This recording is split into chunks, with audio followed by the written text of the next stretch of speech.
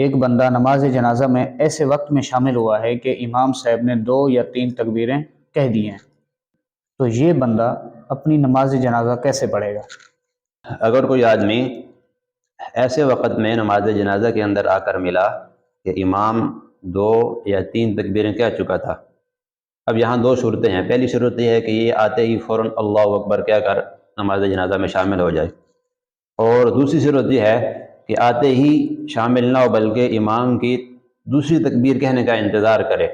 جو امام تکبیر کہے تو اس وقت اللہ اکبر کہہ کر نماز جنازہ میں شامل ہو، تو یہ دونوں طریقے ٹھیک ہیں۔ اب یہاں پر ایک سوال یہ پیدا ہوتا ہے کہ جب اس نے اللہ اکبر کہہ دیا، اسے پتہ نہیں ہے کہ امام کی تکبیر کون سی ہے، پہلی ہے، دوسری ہے، تیسری ہے، تو اللہ اکبر کے بعد، تکبیر کے بعد یہ دعا پڑھے، ثنا پڑھے، کیا پڑھے؟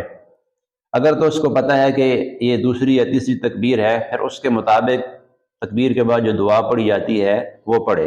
اور اگر اس کو پتہ نہیں ہے کتنی تکبیریں ہو چکی ہیں، تو پھر یہ اللہ اکبر کہہ کر ترتیب کے ساتھ ثنا اور اس کے بعد درود پاک پڑھے۔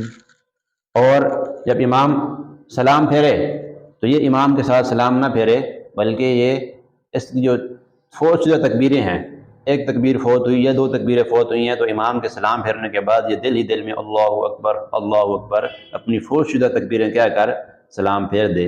اور اگر میت سامنے رکھی ہوئی ہے اور اسے یقین ہے کہ میں تکبیروں کے بعد دعا وغیرہ درود پاک پڑھ سکتا ہوں، تو پھر وہ درود پاک اور دعا وغیرہ بھی پڑھ سکتا ہے۔ اور اگر جنازے کے اٹھنے کا خوف اور خطرہ ہو، پھر اللہ اکبر صرف تکبیرات کہہ کر سلام پھیر دے۔